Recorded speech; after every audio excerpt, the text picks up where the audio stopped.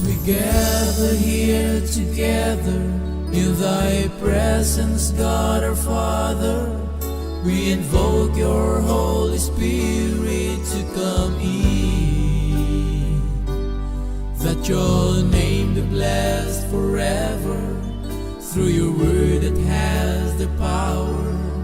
May our worship by your grace comes from within. We lift our voice in adoration to celebrate your great salvation and exalt your holy name, our God and King. It's your love that brings us closer and teaches us to love each other. And that's the reason we, your children, like to sing songs of praise to God the Father, to Jesus Christ our great Redeemer, to the Holy Ghost that makes this truth so real. Your boundless love is everlasting, your saving grace is so amazing, and all these blessings that you give us we can share.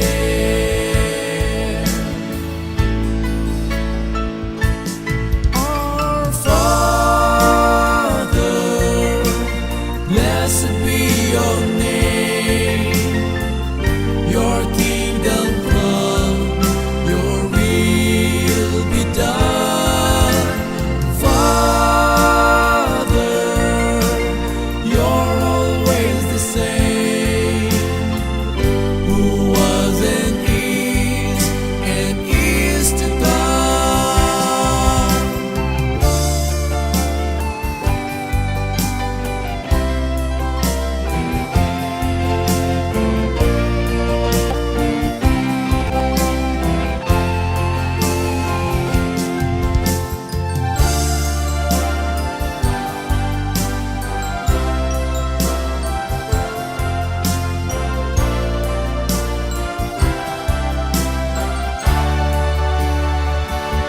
Songs of praise to God the Father, to Jesus Christ our great Redeemer, to the Holy Ghost that makes this truth so real. Your boundless love is everlasting, your saving grace is so amazing, and all these blessings that you give us we can share. Praise to the Father, praise to the Son, praise to the Spirit, praise to the Three in One. Praise to the Father, praise to the Son, praise to the Spirit, praise to the Three in One.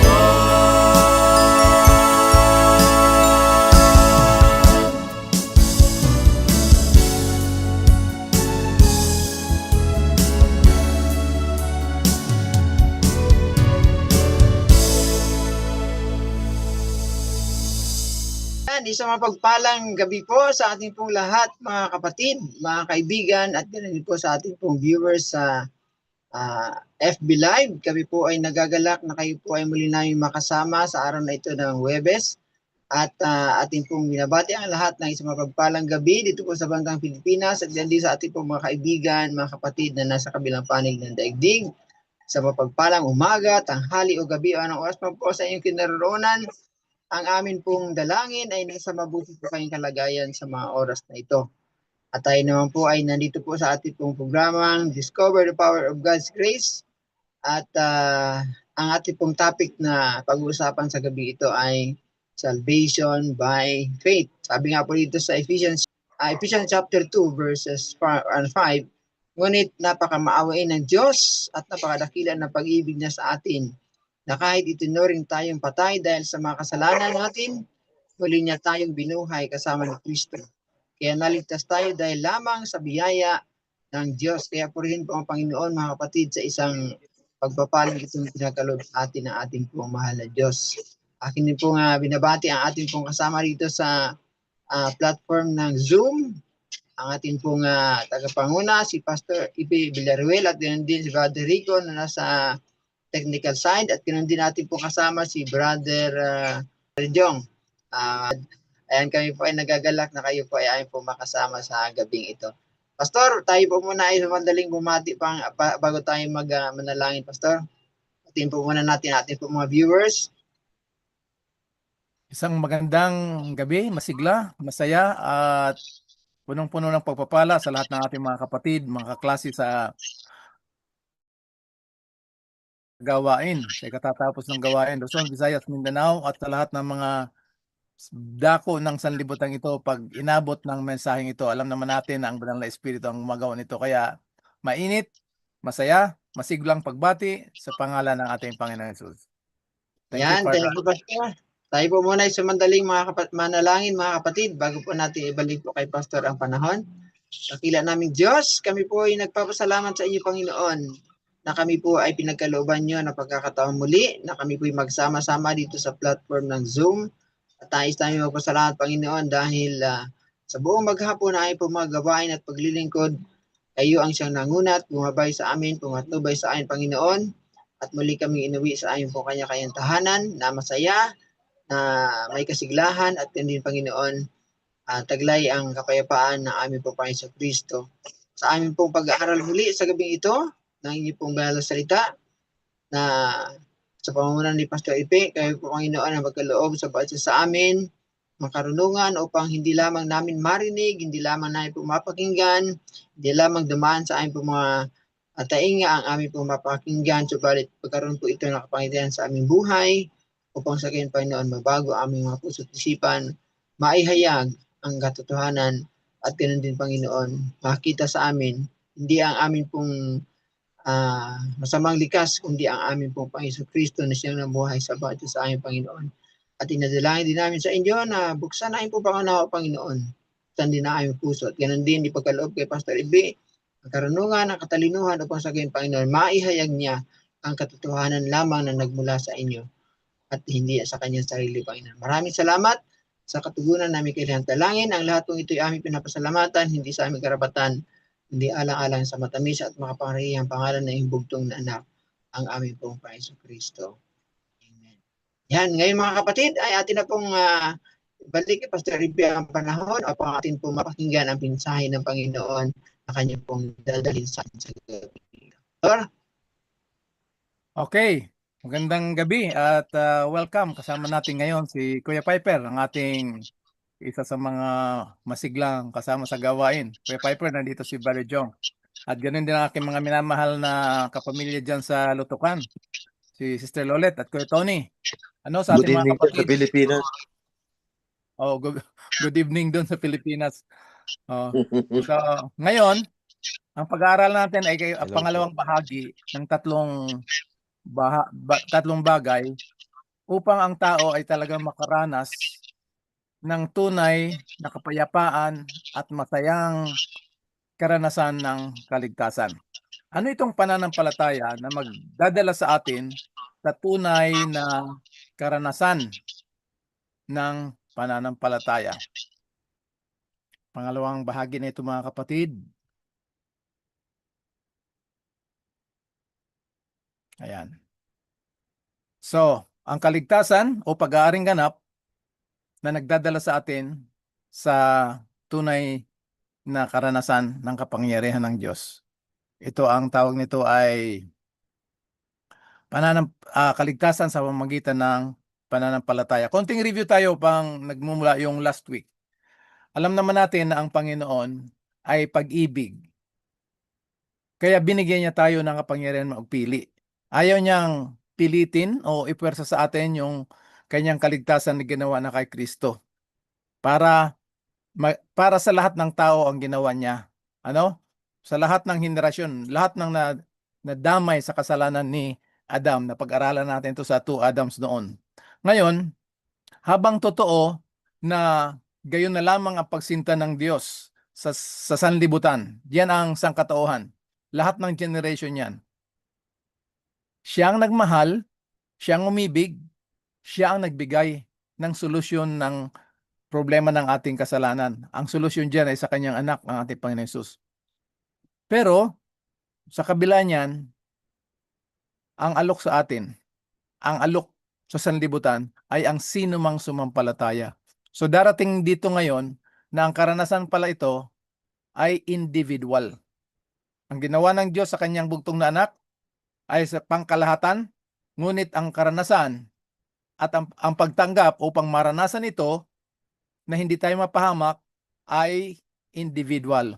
Whosoever believe. Galing ng programa ng Panginoon, ano, dahil siya ay talagang ang likas niya ay pag-ibig. Kaya ganun ang binigay niya sa atin. So ngayon, ang mensahe ng Ebanghelyo, the everlasting gospel, ay humihingi ng tugon sa tao upang ito ay personal na maranasan ng mga individual na tatanggap nito at maging effective, magiging tunay sa ating karanasan bilang mananampalataya.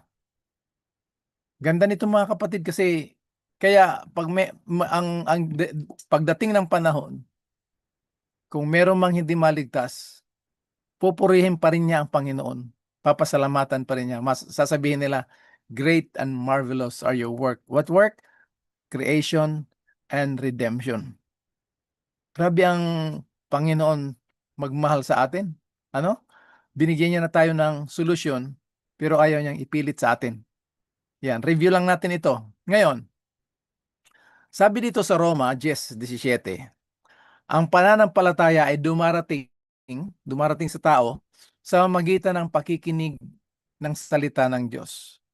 So nang binigay ng Ama si Jesus dito sa sanlibutan at dala siya ng banal na Espiritu, Lucas 1:35, yan ang mensahe.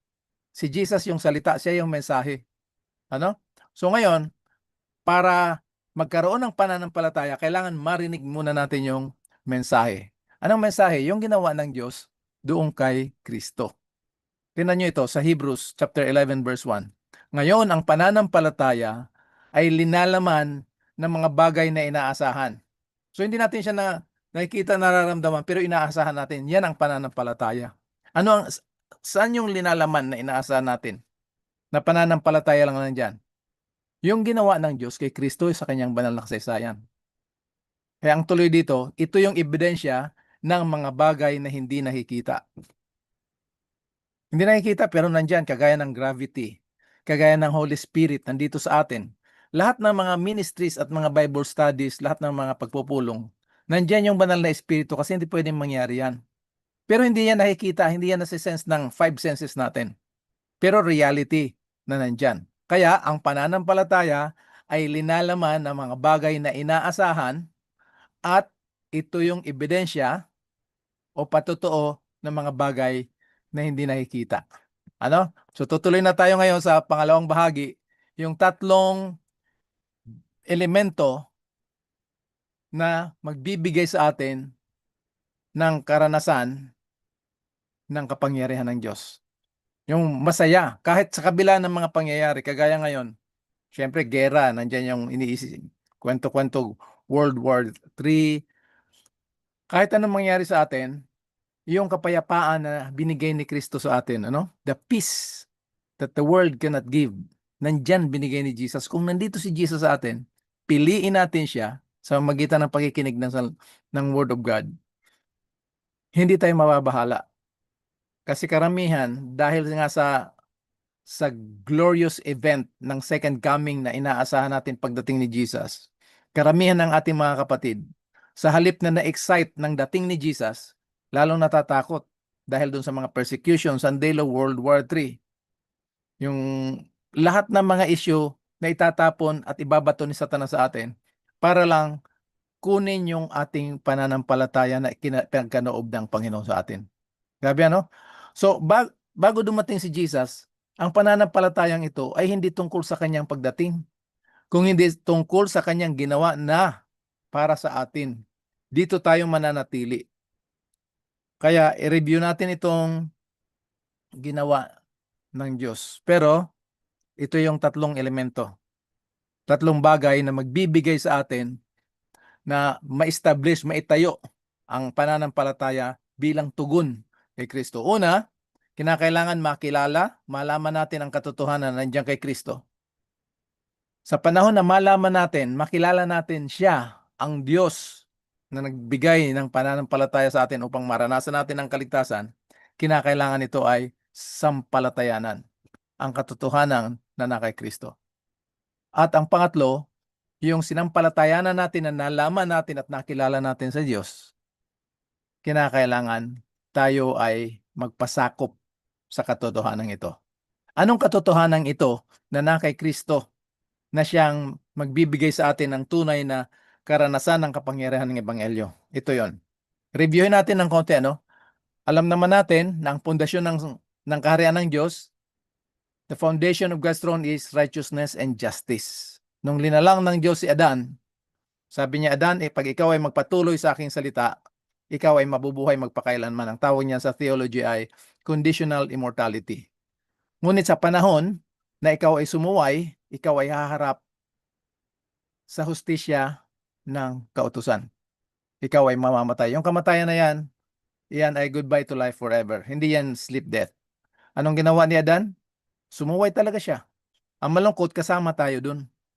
Ngayon, paano yung binigay ng Diyos si Kristo sa buong sanlibutan? Nung binigay ng Diyos si Kristo sa buong sanlibutan, na ang banal na Espiritu ang nagdala kay Jesus sa sinapupunan o bahay bata ni Mary, yun, siya ay naging tao.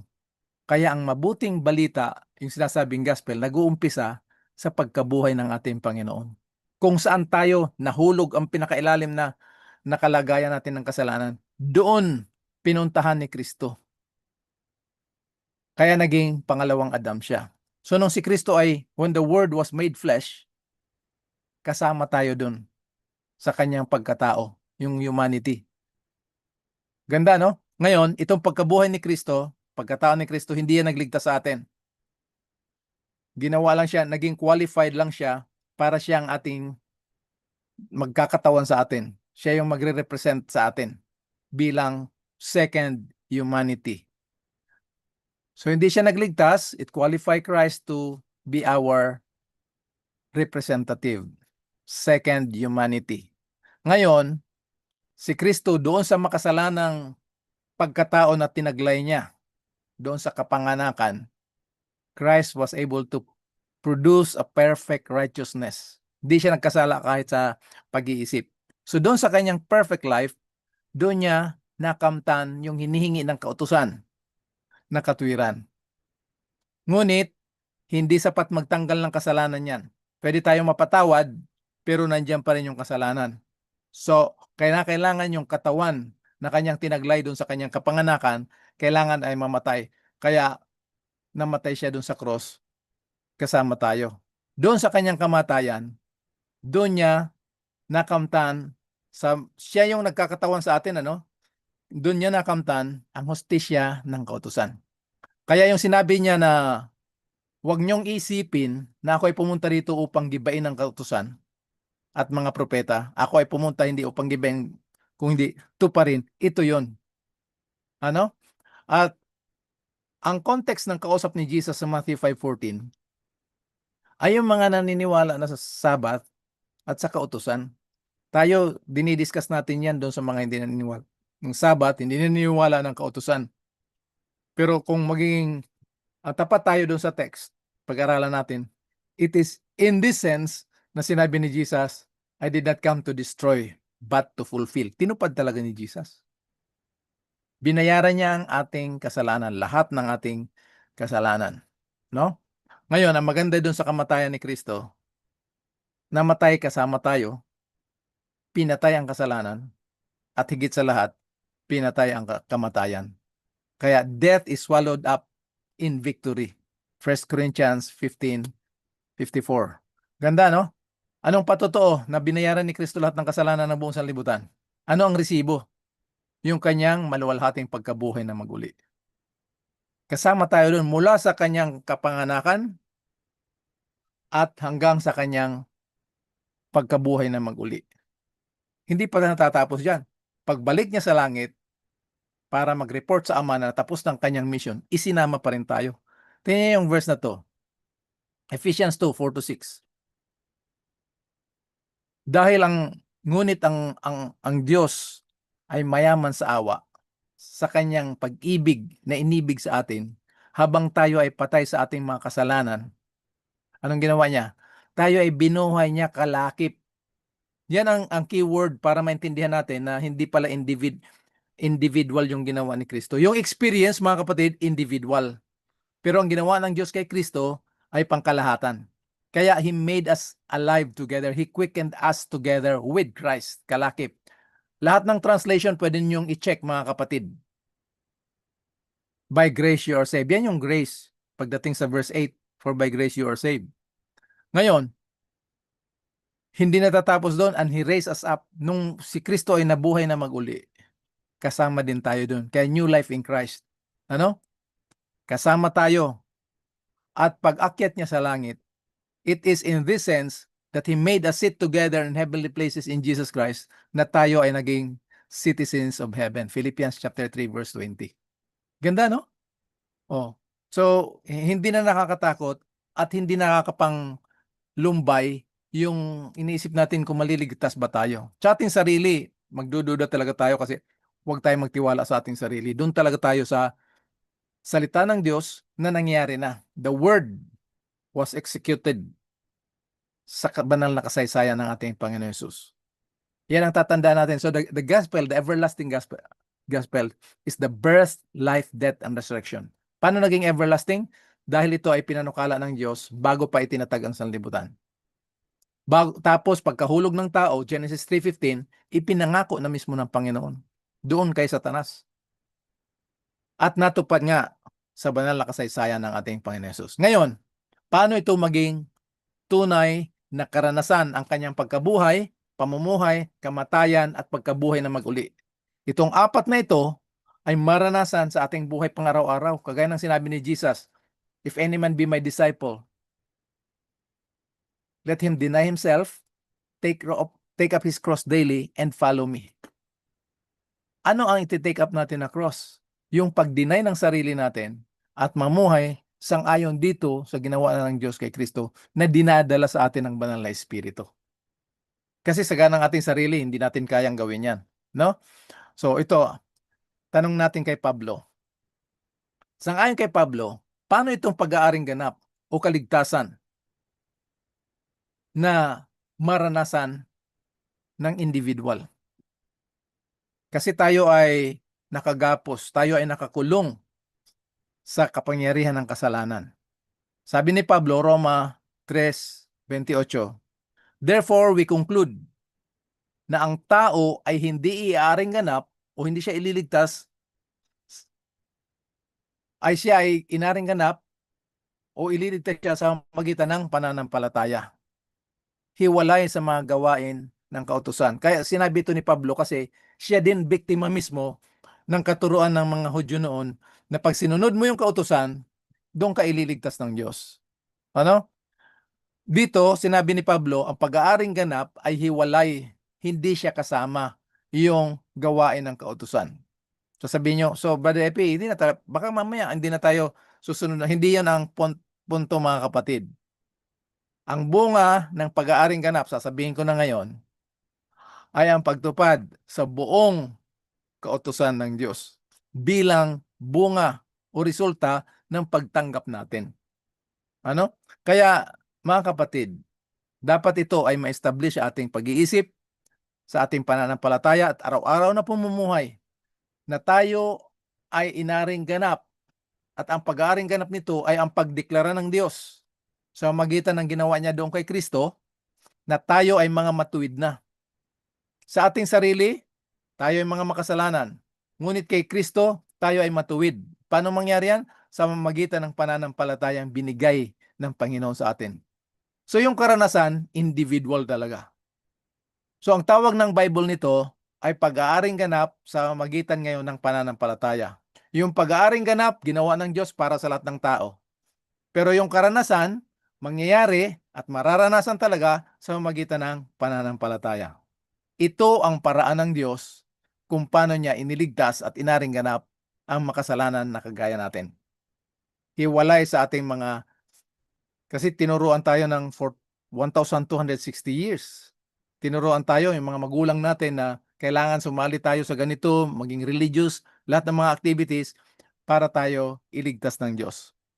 Kontra pala yan sa turo ng Diyos. Ito yung kay Pablo. Itanong naman natin kay Jesus. Paano tayo makaranas ng kalayaan mula sa kapangyarihan at pag-aalipin ng kasalanan? Anong sabi ni Jesus? Kausap niya yung mga Hudyo na bilib sa kanilang relihiyon at naniniwala sila sa kanilang pinanggalingan na ancestry na si Abraham. Sabi ni Jesus, kinakailangan makilala nyo ang katotohanan at ang katotohanan ay magpapalaya sa inyo. Sa verse 33, kung may mga Bible kayo dyan sa mga nakikinig, tingnan nyo ang sagot ng mga tao. Kung wala din tayong Jesus at Holy Spirit, yun din ang mindset natin. Angkan kami ni Adan at wala mang sino mang nag-aalipin sa amin. At that time, alipin sila ng Rome. Wala silang sarili nilang pamahalaan. Kaya ang sagot ni Jesus sa verse 34, kailangan ang sino mang nagkakasala ay alipin ng kasalanan. Ay alam nila na nagkakasala sila pero ayaw nilang tanggapin. So sabi ni Jesus sa verse 34, ang sino man nagkakasala ay alipin ng kasalanan. So hindi pala alipin ng pagiging political slavery ang tinutukoy ni Jesus. Kung hindi, yung pagiging alipin ng kasalanan, hindi pumipili ng religious affiliation yan or anumang bansa, anong citizenship mo. Lahat nagkasala at patuloy kinakapos ng kaluwalhatian ng Diyos. Kaya sabi ng Panginoon sa verse 36, ngayon, kung ang anak ang magpapalaya sa inyo. So dito makikita na natin na si Jesus, yung sinasabi niyang katotohanan, siya pala yung tinutukoy niya. Kaya Jesus is the way, the truth. Di ba? So if the Son therefore shall make you free, kayo ay tunay na magiging malaya. Paano ito mangyari? Kung tanggapin natin ang ebanghelyo, ang mensahe ng cross. Siya lang ang magpapalaya sa atin. Yung cross ng ating Panginoon. Kahit kita mo yung expression, dati ganyan ang mukha ng yan, malungkot tayo dahil alipin tayo ng kasalanan eh. Pero pagdating ng ebanghelyo sa atin, dito natin individually mararanasan yung kalayaan natin mula sa pag-aalipin ng kasalanan. Kaya walang anumang paraan ang tao sa ganang ating sarili upang palayain natin ang ating sarili. Yung principle of self, lahat si ako. No? Isa lang ang pwede magpalaya sa atin, ang kapangyarihan at katotohanan ng mensahe ng ebanghelyo ng ating Panginoon Hesus. The truth as it is in Christ. Ngayon, Romans chapter 4 verse 5. Medyo mabigat ito, pero kailangan din natin marinig. Ano ang pundasyon? Ano ang basihan kung bakit iaaring ganap o ililigtas ng Diyos ang isang makasalanan? Pag sinabing ungodly, dalawa yan. Wicked, merong mga taong alam ang Diyos, pero hindi nila kinikilala bilang Diyos. Alam mo yun, yung may sama ka ng loob kahit magkasama kayo sa church o magkasama kayo sa bahay. Kahit nandiyan sa loob, dahil masama ang loob mo, parang hindi kayo magkakilala. Ganon yun. So yun yung word na ungodly. Alam nila na may Diyos, pero hindi kinikilala. So ang term ng Bible dyan, yung equivalent ng ungodly, wicked. So ang resulta ng pagiging hiwalay natin sa Panginoon at hindi pagkilala, mga masasamang gawain ang nangyayari. So anong sinasabi dito sa Romans chapter 4 verse 5? Ngunit sa kanya na hindi gumagawa, ang context nitong hindi gumagawa para sa kanyang sariling kaligtasan ha. Hindi ibig sabihin na hindi nagtatrabaho, kundi sa kanyang kaligtasan. Ang taong hindi gumagawa sa kanyang kaligtasan o para siya maligtas, ngunit nananampalataya sa kanya. Ano ang dapat sampalatayanan ng isang makasalanan para maranasan niya ang pag-aaring ganap o pagliligtas? Ayan, hinighlight ko dito. Na siya ang Diyos o siya ang nag-aaring ganap sa mga makasalanan. Sa hindi makadiyos, sa mga masama. So kung sasampalataya tayo sa Diyos, ang sasampalatayanan natin ay Him that justifieth the ungodly. Ano? Sa kanya na nag-aaring ganap sa makasalanan o sa masama. Ngayon, pag ang isang makasalanan na kagaya ko ay sampalatayanan ko na itong Diyos na banal nag-aaring ganap, sa Bisaya nagapakamatarong sa usa ka makasasala, ang ato pagtuo, ang ating pananampalataya ay ibibilang ng Diyos na katwiran. Yan ang nangyari kay Abraham. Makikita mo yan sa context ng Romans chapter 4. Diniklara ng Diyos si Abraham kahit hindi pa siya tuli na siya ay matuwid dahil tinanggap niya ang salita ng Diyos.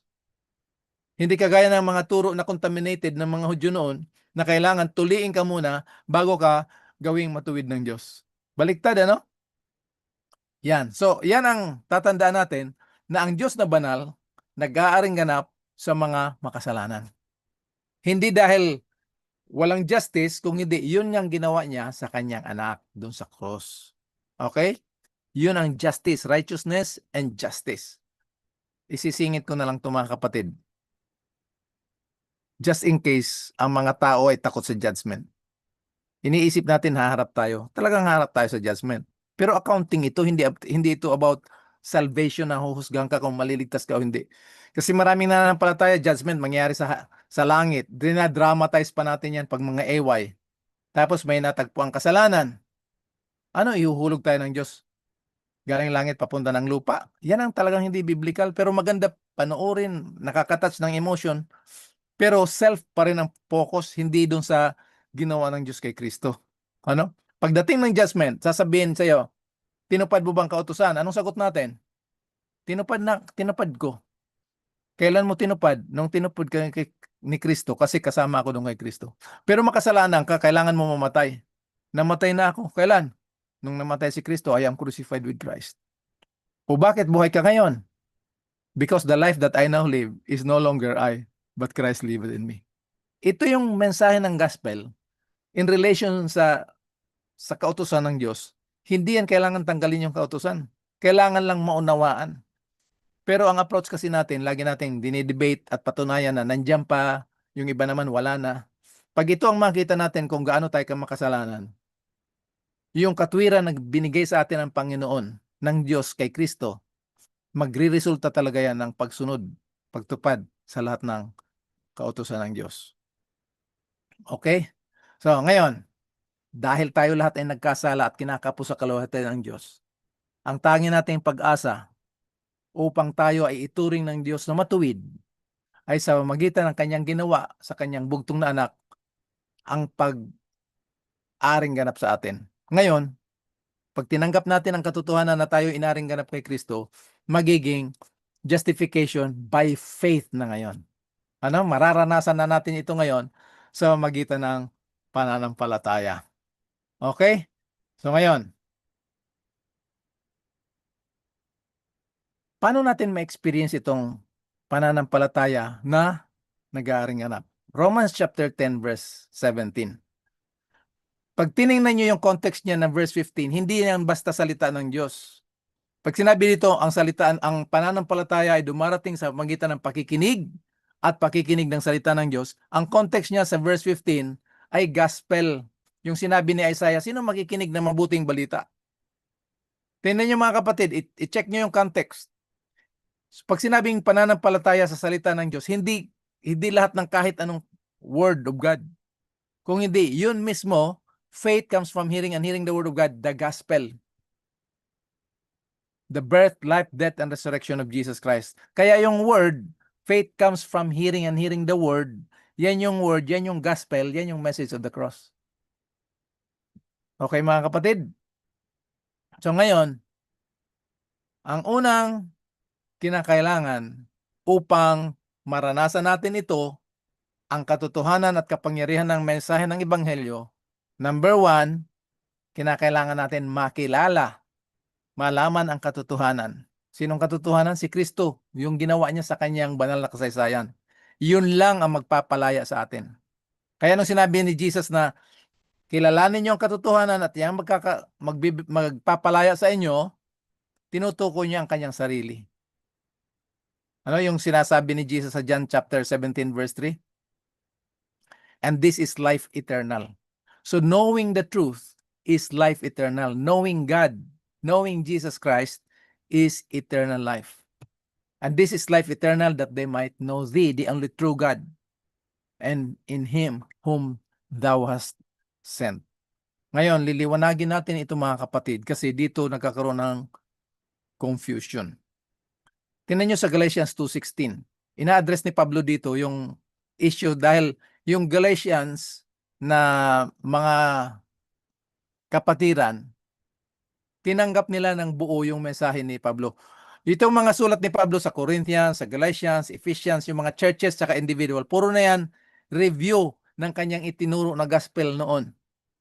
Kaya lang nagkaroon nga ng mga issue kasi alam mo naman ang kaaway, masipag din bumulabog ng pananampalataya. Kaya magtulungan tayo mga kapatid, by the grace of God and through the power and presence of the Holy Spirit. Sabi ni Pablo, alam nyo naman na ang tao ay hindi inaaring ganap sa pamamagitan ng paggawa ng kautusan, kung hindi sa pamamagitan ng pananampalataya ni Kristo. Kahit tayo ay naniwala kay Kristo, upang tayo ay iaring ganap sa pamamagitan ng pananampalataya ni Kristo at hindi sa ating mga gawain sa kautusan. Kung hindi, dahil walang sinumang tao na iaring ganap sa pamamagitan ng paggawa sa kautusan. 3 beses, tinan yung pula, yung color coding natin. 3 beses, paulit-ulit. Ngayon, tingnan natin ito. Kung hindi tayo nag-aaral ng Bible, gagamitin natin yan na para siyang pareho lang. Pero hindi eh. Maraming tao nagtuturo na kailangan natin sumampalataya. Yung tayo ang magpo-produce. Ang tawag niya ay kailangan sumampalataya kay Kristo. Pag sinabing sumampalataya kay Kristo, sinong may-ari ng pananampalataya? Ako. Sumampalataya ako kay Kristo. Ngayon, dahil sumampalataya ako sa Kanya, ako ay makasalanan, kailangan ako mamatay, may utang ngayon ang Diyos sa akin, kailangan niya ako iligtas, dalhin niya sa buhay na walang hanggan. So salungat na kaagad, ano? O itong isa, itong kabila, ito yung nag-aring ganap sa atin, ito yung nagligtas sa atin. Sabi ng Diyos, akong naglalang sa iyo, nahulog ka sa kasalanan, ako ang magliligtas sa iyo. Paano niya tayo iniligtas? Sa pananampalataya ni Kristo sa Ama. Yan ang nagligtas sa atin. Ano? So, tayo ay naring ganap o iniligtas sa magitan ng pananampalataya ni Kristo at hindi pananampalataya kay Kristo. Okay, linawanagin natin yan. Itong pananampalataya ni Kristo na nagligtas sa atin, ang Diyos ang proactive sa ating kaligtasan. Ngayon, nung dumating sa atin yung mensahe, tayo ay naging reactive dito sa mensahe. Diyan palang papasok yung tinatawag na pananampalataya kay Kristo. Hindi masamang sumampalataya kay Kristo, wag lang natin gagawin na siya yung pundasyon kung bakit iniligtas tayo ng Diyos. Iniligtas tayo ng Diyos sa magitan ng pananampalataya ni Kristo sa Ama. Yan ang mensahe, the word, the gospel. Pagdating sa atin, tinanggap natin, tayo ay tumugon, doon napapasok yung reactive na tugon natin sa panawagan ng gospel, diyan papasok yung faith in Christ. Okay, sana maliwanag ito mga kapatid. Kung meron kayong dyan mga katanungan, pwede nyo isulat. Kailangan talaga natin mag-aral, lalo na nakikita na natin yung mga nangyayari sa sanlibutan ngayon. Yung mga pangyayari yan ngayon, sa sanlibutan ng World War III, pag may time kayo, basahin nyo Daniel chapter 11, verses 40 to 45, exactly kung anong nangyayari. At maraming mga believers na nagpapanggap ngayon na believers, pag hindi tayo settled sa katotohanan ito, babagsak tayo. Makikita nyo, many countries will fall. Yung word doon na countries, wala yan. Ibig sabihin yan, maraming nagpapanggap na sumasampalataya kay Kristo, ngunit pag hindi tayo nakaangkla dito sa katotohanan kay Kristo, meron tayong danger na bumagsak. Kaya dapat, our hope is built on nothing less, but only in Jesus' blood and His righteousness. Ito yung gospel. Example mga kapatid, pag nasa public preaching ako, tinatanong ko sila dito sa picture na ito, ano ang nakikita nyo dito sa picture? Immediately, dahil ang nakikita kaagad ay ganyan, automatic ang iniisip nila bato. Bato nga, malaking bato. Nakita niyo, malaking bato? Pero pag binuo yung picture na yan, hindi Yeah pala siya, po. No. line lang siya na bato. Yung pala, sa bus yan, na ano, sa bus station. Ginawang bato para magpipicture sila. Ano? Yan. Ngayon, dito nakita natin yung buong katotohanan. Hindi siya bato. Design na parang bato para yung mga tao habang naghihintay doon, magpipicture. Di ba? Mahilig tayo ng mga picture-picturean ngayon. Welcome ko yung aking pinsan, si Boy at si Sister Inday. Welcome. Magandang gabi dyan sa Masbati ngayon. So ngayon, makikita na natin yung kaibahan. Kaya importante na mag-aral tayo yung context, pretext, yung buong chapter, buong passage. Para hindi tayo yung tinatawag na proof text. Yan ang ginagamit sa debate, yung mga proof text. Para mapatunayan lang kahit out of context. Kagaya ng sasabihin natin, si Kristo hindi pumunta rito upang gibain. Ang kausap natin yan, binabible studyhan natin yung mga Sunday keeper at naniniwalang wala ng kautusan. Samantala, ang kausap ni Jesus doon, mga believers na sila ng Diyos at tumutupad ng utos. Grabe, ang tindi ng penetration ni Jesus sa mensahe. Yung mga magagaling na sa Torah, sa Law and Prophets, yun ang kausap niya. Na wala silang ma-argue kay Jesus. Bakit? Yung nakasulat sa Torah, sa Law and Prophets, yan yung reality ng kausap nila. Tindi, ano? Paano sila mag-argue doon? Na si Jesus mismo in person. Yung sinulat doon sa Genesis, Exodus, Leviticus, Deuteronomy, Numbers, at sinulat ng major at minor prophets, yun na, in person. Kaya hindi nila pwedeng ibatihin yun. No? So yan, mga kapatid. Anong ibig sabihin na pananampalataya kay Kristo? John chapter 6 verse 40. For this is the will of my Father. Si Jesus nagsasalita, ini-introduce niya ang kanyang Ama, that everyone who sees the Son and believes in Him will have eternal life. And I myself will raise Him up in the last days. So dito, makikita na kaagad natin na hindi lang pala pagkakilala o pagkaalam sa katotohanan. Kinakailangan yung katotohanan na naalaman natin ay sampalatayanan natin, tanggapin natin na totoo. Okay? So yan ang sinabi ni Jesus. Siya nakakita sa Ama at sumampalataya. Siya ay tiyak merong buhay na walang hanggan. Ngayon mga kapatid, hindi sapat na meron tayong karunungan. Kasi yung nung panahon ni Pablo yung sa New Testament na mga Hudyo, narinig nila kahit ang context ng Hebrews chapter 4 verse 2, yung tinutukoy ni Pablo doon na the gospel was preached to them as well as to us. Yan yung sanctuary message. Preach na yung gospel, yung sanctuary activities doon. Yun ang gospel sa kanila. Pero bakit hindi naging effective? Alam na nila eh. Narinig nila, pero hindi sila sumampalataya. The problem is unbelieving. Yung maliwanag na nakita nilang katotohanan kay Kristo, hindi nila tinanggap. So yung ending, na pumunta yung Messiah para sila iligtas, ang ending ng karanasan nila, they crucified Jesus Christ. And they committed the sin of abomination that maketh desolate. 70 AD. Panoorin nyo sa YouTube yung history ng 70 AD, paano nangyari, paano nasunog, nagiba yung templo. Kawawa talaga. Parang pong maiisip na, saan kaya ang Diyos ng mga Hudyo?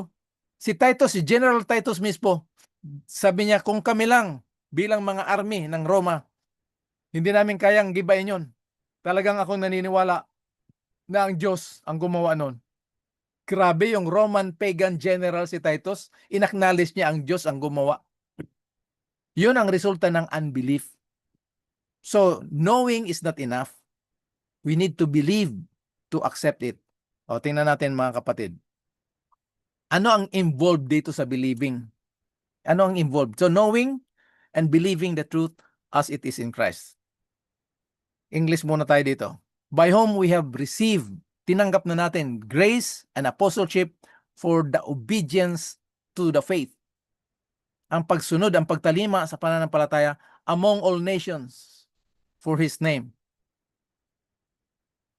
Chapter 6 verse 17, but thanks be to God that though you were slaves of sin, you became obedient from the heart. Saan nag-uumpisa yung pagiging masunurin sa gospel? Mula sa puso. Kaya yung faith is a heart appreciation talaga ng ginawa ng Diyos kay Kristo para sa atin. The form of teaching which you were entrusted. Chapter 16 verse 26, but now it is made manifest by the scriptures of the prophets according to the commandments of the everlasting God. Ano nangyari? Made known to all nations for the obedience of faith. Yung pagtalima sa pananampalataya. Tagalog natin ito mga kapatid. Inihanda ko talaga ang Tagalog para mas magaan pakinggan. Romans 5:1-5. Na sa magitan niya'y tinanggap namin ang biyaya at pagkaapostol. Si Pablong nagsasalita dito, sabi niya hindi siya karapat-dapat, pero it is the grace of God. Sa pagtalima, pagsunod, pagtupad sa pananampalataya, obedience of faith from the heart, sa lahat ng mga bansa dahil sa kanyang pangalan. Grabe. Nung panahon, almost buong Rome naalarma na kasi na-convert na sila. Kaya ang ginawa ng Rome, hindi nila kayang pigilin, sumali na sila ngayon. Yan ang iingatan natin, yung pagsasali ng mga hindi natin dati kapananampalataya, biglang sasali at sobrang ganda ng mga pananalita. Yan ang iingatan natin. Kasi the devil will destroy wonderfully. No, yun ang iingatan natin. Chapter 6 verse 17. Datapwat, salamat sa Diyos na bagamat kayo'y naging mga alipin ng kasalanan, nabasa natin yan kanina, sabi ni Jesus, kayo'y naging mga matalimahin or obedient sa kabila ng pagiging alipin ng kasalanan mula sa puso, no? Matalimahin sa puso doon sa ano? Sa uri ng aral. Ano yung uri ng aral? Yan yung gospel na ipinagkatiwala sa inyo. The message that you received, that God entrusted you. Narinig nila yung gospel, kahit makasalanan sila, tinanggap nila, yun ang naranasan nila ngayon na pag-aaring ganap. Meron na silang peace that passeth understanding. They don't feel guilty anymore. Ito yung mga kapatid. Romans 16:26. Datapwat, nahayag na ngayon at sa magitan ng mga kasulatan ng mga propeta, ayon sa ipinag-utos ng Diyos na walang hanggan, everlasting God, ay ipinakilala sa lahat ng mga bansa. Kaya yung buong Rome nung nangyari ito, halos converted na lahat sa Christianity. Ipinakilala sa lahat ng mga bansa. Kaya sasabihin natin, paano matapos yung gospel ay yung mga tao, mga Laodicea tayo, hindi nagpa-participate. Lahat ng, alam nyo si Elijah, nung hinahabol siya ni King Ahab, sabi niya, Lord, mabuti pa siguro, kunin mo na lang ako. Wala na ako na lang Sabi ni Lord, Elijah, relax ka lang. Meron pang 7,000. Buuhin mo yung buong Israel, yung 7,000, kukunti pa rin yun, remnant pa rin yun. Pero ang point dito, na akala ni Elijah, nag-iisa lang siya na manggagawa. Sabi ni Lord, marami kang kasama, marami kang kamanggagawa, hindi mo lang kasama. 7,000. So mga kapatid, pag dumating yung punto na iniisip natin na parang tayo lang ang gumagawa, wag nating isipin yun. Yung gawain natin ay pinagkatiwalaan lang tayo ng Panginoon. Tuloy lang tayo. Inisip kasi natin kumisan ang suporta sa mga kapatid. Galing yan sa Panginoon, iipunin niya yung mga kapatid na pare-pareho yung frequency ng pananampalataya, yun ang gagawa. Kaya ngayon, yung power of God's grace natin dito, hindi mo siya makikita na gumagawa active as a group. Pero hindi lang nakikita, pero ang reality active talaga. Ano? So ganoon din, meron tayo sa Palawan. Ang message talaga ang patatakbuhin. Hindi yung sarili natin, hindi yung grupo natin, yung message na naririnig. So ipinakilala sa lahat ng bansa. Grabe. Upang magsitalima sa pananampalataya. Obedience to the faith. Yung palang ating obedience doon sa pananampalataya ni Kristo na nagligtas sa atin. Ang resulta niyan, obedience to the law. Hindi yung mag-obey ka sa law para iligtas ka ni Lord. Hindi. Obedience to the faith of Jesus Christ. Ang resulta nun, obedience to the whole law. Kagaya ng kaso ng sa Galatians, mga kapatid. So hindi lang tama na meron tayong nalalaman. Kinakailangan mula sa puso tayo ay nagtatalima, sumusunod sa katotohanan. Sinasabi natin, Lord, salamat na binigay mo si Kristo ang kanyang buhay, ang kanyang kamatayan at pagkabuhay na maguli ay aking tinatanggap bilang kasama ko si Kristo. Grabe ano? So yan ang New Testament na pananampalataya. Basahin natin dito sa 4 na verses. Mag-umpisa tayo sa Galatians. Ito yung New Testament faith na tinatawag. Okay? Dito muna tayo sa Galatians. Natanggap ng Galatians yung pure, unadulterated, non-commercialized gospel. Biglang may pumasok sa kanila na preaching. Huwag kayong maniwala kay Pablo. Dating ano yan eh. Ngayon nagsama-sama yan sa inyo para bulabugin kayo. Kaya sabi ni Pablo,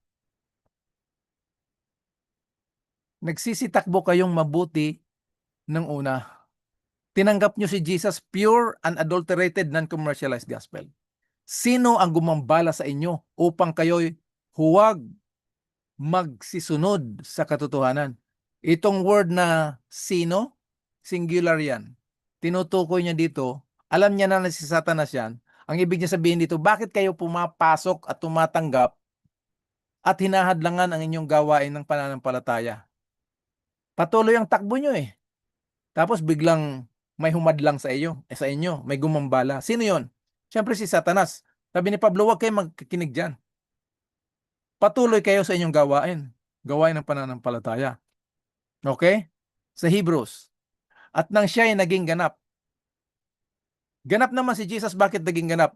Tinapos niyang gawain na pinagawa sa kanya ng Ama para sa atin. Nung nangyari yon, siya ay naging pinagmulan ng walang hanggang kaligtasan. He is the source of the everlasting salvation. Para sa ilan? Para sa lahat ng mga sumunod sa kanya. Kaya sinabi ni Jesus, hindi lahat na tumatawag. Kasi tumatawag, alam nila may Diyos eh. Pero yung palang pagkaalam, kailangan sampalatayanan at sundin yung sinampalatayan natin. We have to surrender to the truth as it is in Christ, to obey that the death of Christ is our death and His new life is our new life. So the life that we now live ay hindi na tayo kung hindi si Kristo na. Nandiyan talaga yung obedience, but obedience to the faith.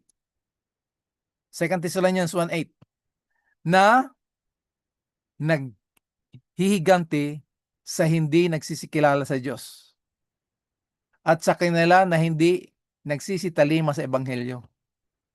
Grabe ano? Yun pala ang mangyayari. Ang everlasting gospel, pag tinanggap ng tao sa pamamagitan ng pananampalataya at magpatuloy sa pananampalataya, ang ending niyan is everlasting life. Pero yung hindi nagtalima sa Ebanghelyo, ang ending nun ay everlasting death, hindi everlasting punishment. Kasi pag punishment lang, buhay pa rin. Pero nandun sila sinusunog sa dagat-dagatang apoy. Yan ang turo ng kaaway para magiging negosyo ang salita ng Diyos. O gusto mo makalaya sa apoy na hindi ka masunog, kailangan mo magbayad. Ngayon, ginagamit yan sa iba-ibang klase. Pwedeng gamitin pananakot ang baptism. Pwedeng gamitin pananakot yung pag-join sa simbahan. Na pag hindi ka sama sa simbahan namin, wala kang kaligtasan. So napakahalaga mga kapatid, dito sa pag-aaral natin, na ang mensahe mismo ang maituro talaga sa mga tao. Okay? Example niyan ganito. Gaano man tayo ka tindi sa pananampalataya sang-ayon sa ating pag-iisip, ay hindi gagawa yan. Halimbawa, yung tao tatalon sa swimming pool para patunayan niya na meron siyang pananampalataya sa Diyos, kay Kristo. I believe with all my heart, with all my soul, God will put water. Yung empty na swimming pool, magtatalon siya. Dahil naniniwala siya na mahal siya ng Diyos at mananalangin siya sa pangalan ng Panginoong Hesus, sa makapangyarihang pangalan ng Panginoong Hesus, na maglalagay ang Diyos ng tubig. Hindi ganun ang pananampalataya na binigay ni Lord sa atin. Yung tanggapin natin siya para iligtas niya tayo. Pag may time kayo mga kapatid, i-check nyo, Isaiah chapter 44 verse 22. Tingnan nyo ang una, ang pagtanggal ng kasalanan at pagtubos, o yung pagbalik natin kay Kristo. Kasi karamihan ng preaching, tatawagin talaga natin yung theatrical altar call. Tatawag, sino dito may emotion yan? Papupuntahin, patatanggapin sila sa Diyos para maligtas. Pero dyan sa Isaiah 44 verse 22, pinapabalik tayo ng Diyos, at least yung Israelites. Pinapabalik dahil tinanggal na yung kasalanan nila parang ulap at sila itinubos na. Tingnan nyo, Isaiah chapter 44 verse 22. Para mas maliwanag talaga na God is the proactive when it comes to our salvation. Tayo ay reactive. Okay? Ngayon, sa palagay nyo, sasagutin ng Diyos yung panalangin ng tao? Pag maling pananampalataya, maling karanasan at maling resulta. Ito ang example dito. Nakakatawa lang yan tingnan kasi elepante. Bakit tatalon ang elepante sa swimming pool? Kasi alam niya na may tubig. So meron ng kaligtasan na tatanggapin ng tao, ipapabalita sa buong mundo. Hindi yung ibalita sa buong mundo na tanggapin ng Diyos para sila iligtas pagdating ni Jesus. Ang kaligtasan natin yung unang dating ni Jesus. Yung pagdating ni Jesus sa pangalawa, yan ang harvest ng gospel message doon sa nagpatuloy na tumanggap. Dalawang harvest, merong hinog na sa pagtanggap, merong hinog sa hindi pagtanggap. Kaya everlasting life, yung tumanggap, yan yung harvest, at everlasting condemnation. Grabe, ano? So anong ibig sabihin mga kapatid? Nakita natin yung punto, kaya tumalon yung elepante dahil may tubig. Kaya tayo tumatanggap kay Jesus bilang tagapagligtas dahil iniligtas niya tayo. Anong ibig sabihin ng obey the gospel? Magtatalima tayo, susunod tayo sa ebanghelyo. Colossians 3:3. For you died, mga namatay, and your life is hidden with Christ in God. Sa Tagalog, sapagkat namatay na kayo at ang inyong tunay na buhay ay natatago sa Diyos kasama ni Kristo. Itong buhay natin ngayon, kasama natin si Kristo. Bakit natatago? Kasi hindi alam, nandito si Kristo sa buhay natin, hindi nakikita. Pero sa pamamagitan ng ating mga gawain, pagtulong, paglingkod sa Diyos, pagmahal sa kapwa, diyan nila nakikita Christ in you, the hope of glory. So ang ibig sabihin ng tayo ay patay na kay Kristo at ang ating tunay na buhay na itatago sa Kanya. Ito yon mismo, ang confession. Not I, but Christ. Yan yung formula ng gospel. Not I, but Christ. Sa Spanish, no ya yo, mas vive Cristo. Sa Tagalog, Bisaya, hindi ako kung hindi si Kristo. So yan yung sinasabing, I am crucified with Christ, nevertheless, I live yet not I, but Christ. Yeah, the formula of the gospel is not I, but Christ. Yung but Christ, masarap pakinggan yon. Pero yung not I, masakit sa damdamin. Kasi wala tayong ginawa eh. Wala tayong makuhang credit. Yan ang gospel. The gospel will put our pride doon sa alikabok ng lupa. Yan ang pinaka-high peak ng ating pride, alikabok ng lupa. Kaya pag namatay tayo, lupa. Pero ang buhay natin, nakatago kay Kristo. Meron tayong blessed assurance. Kaya mga kapatid, sa pagtatapos, tatlong element na kung saan magbibigay sa atin ng experience into the joyous experience of salvation by faith, knowing, believing, obeying the truth as it is in Christ. So to know, believe and obey the gospel, ang ibig sabihin nito, kinikilala natin ang katotohanan mula sa ating puso na tinanggap natin si Kristo bilang buhay, kanyang pamumuhay, kamatayan, at pagkabuhay na maguli. Ang epekto nito, ang resulta nito, dito na tayo namumuhay sa pananampalataya ni Kristo, kagaya kung paano siya ipinag-isa, 1 Corinthians 1:30 sa atin, tayo ngayon bilang tugon sa gospel, makikiisa naman tayo kay Kristo sa pamamagitan ng pagkakilala, pagtanggap sa pananampalataya, at pagtalima sa katotohanan ito. Pagpalain tayo ng Panginoon, tayo ay lumago sa biyaya at maging masigasig sa ikatatapos na gawain ng banal na ebanghelyo ng Diyos ni Kristo matapos ang kanyang gawain, siya ay darating, tayo ay uuwi na sa bayan, na langit ng bayan na kanyang inihanda bago pa man itinatag ang sanlibutan. Magandang gabi dyan sa Pilipinas at greetings to all of you. God bless you all. I love you all in the name of the Lord. Spread the word and grow in the Lord. Thank you, Patroni. Amen. Amen. Amen. Thank you very much, Pastor, sa isang napakagandang mensahe na inyo pong binahagi sa bawat isa sa amin. At meron lang pong ako nasumpungang tanong dito, Pastor. Po ay dalawang katanungan po lamang na pinadala po sa atin dito. Sabi po dito niya, Pastor, dito po kasi sa James chapter 2 verse 17, sabi po niya, ganito din naman ang pananampalataya. Kung hindi ito inakikitaan ng mabuting gawa, wala itong kabuluhan. Ito po ang tanong niya, Pastor. Kung ang kaligtasan daw po ba, kung ang kaligtasan ay sa pananampalataya, bakit mahalaga pa rin ang pagsunod sa utos ng Diyos? Okay, maganda yan. Yung ginamit dyan ni James, Abraham, ginamit din niya ni Paul sa Romans chapter 4. Yung sinasabi na ang pananampalataya na walang gawa ay patay. Nung pinangakuan ng Diyos si Abraham, 75 years old si Abraham. Tapos dumating na siya ng 85 years old, wala pa siyang anak. Sabi ni Sarah, alam mo, tulungan mo ang Diyos. Sa kanya siya nangako, ikaw ngayon ang gagawa. Kasi alam mo naman na matanda na ako. Ikaw pwede ka pa, pero ako hindi na. Kasi 65 years old na si Sarah. So after 10 years, 75 years old na si Sarah. Talagang hindi na talaga pwede. Ngayon, pinasyal ng Panginoon si Abraham. Pinatingala doon sa langit. At tinignan, Abraham, ano nakikita mo? Sabi niya, bituin. Kaya mo bang bilangin? Hindi ho. Ganyang karami ang magiging anak mo. Nananampalataya ka pa ba? Sabi ni Abraham, opo. So yung pananampalataya ni Abraham na kahit hindi siya nanganak after 10 years, tinanggap pa rin niya yung pagtanggap ni Abraham na yun, doon binilang ng Diyos ang kanyang pananampalataya bilang matuwid. Ngayon, nagbunga yung sinasabi doon sa James chapter 2 verse 17 na si Abraham ay inaring ganap sa pamamagitan ng gawa.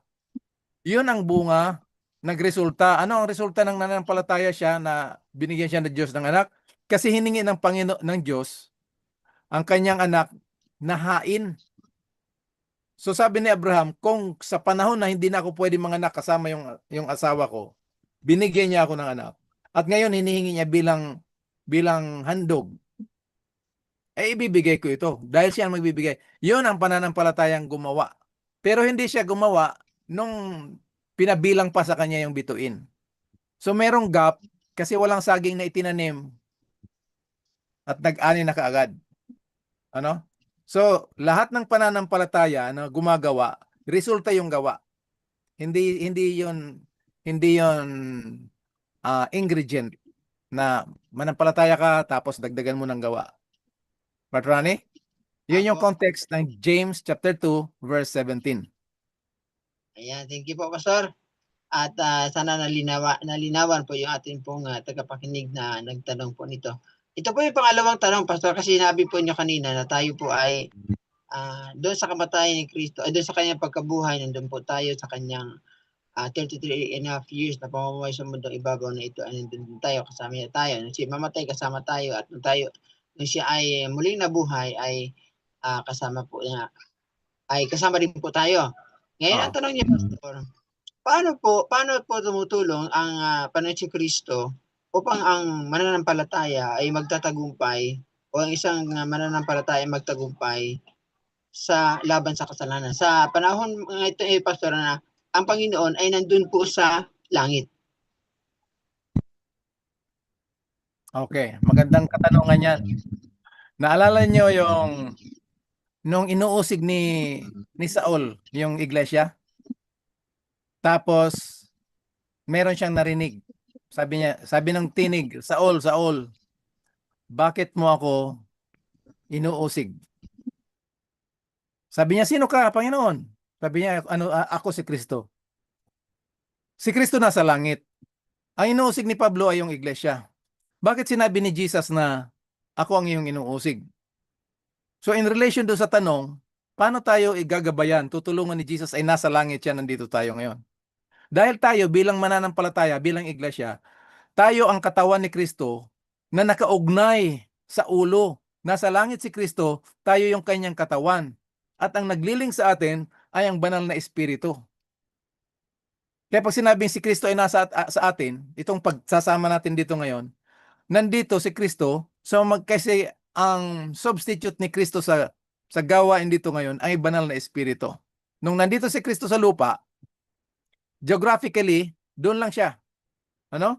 Pero nung umakyat siya sa langit at ang banal na Espiritu na nangangasiwa, hindi magdadagdag ang banal na Espiritu sa gawain ni Kristo. Kung hindi gawin niyang totoo ang ginawa ni Kristo, pero worldwide na ngayon sa karanasan natin. So paano tayo tutulungan ni Kristo ay nandun siya sa langit? Sa magitan ng banal na Espiritu na lagi niya tayong pinapanatili sa kanyang salita. Kaya sabi ni Jesus, abide in my word. Tapos sinabi niya, abide in me. Pag sinabing abide, manatili, kasi nandiyan na tayo sa kanya. Di ba? Oh. So paano niya tayo tutulungan? Through the power and presence of the Holy Spirit and the truth of His word. We have to abide. Manatili lang tayo doon. Kahit anong nangyayari sa buhay natin. Thank you, Part Ronnie. Sana nasagot. Thank you po, Pastor, sa isang napakagandang paglilinaw sa mga tanong na ng ating po mga kapatid.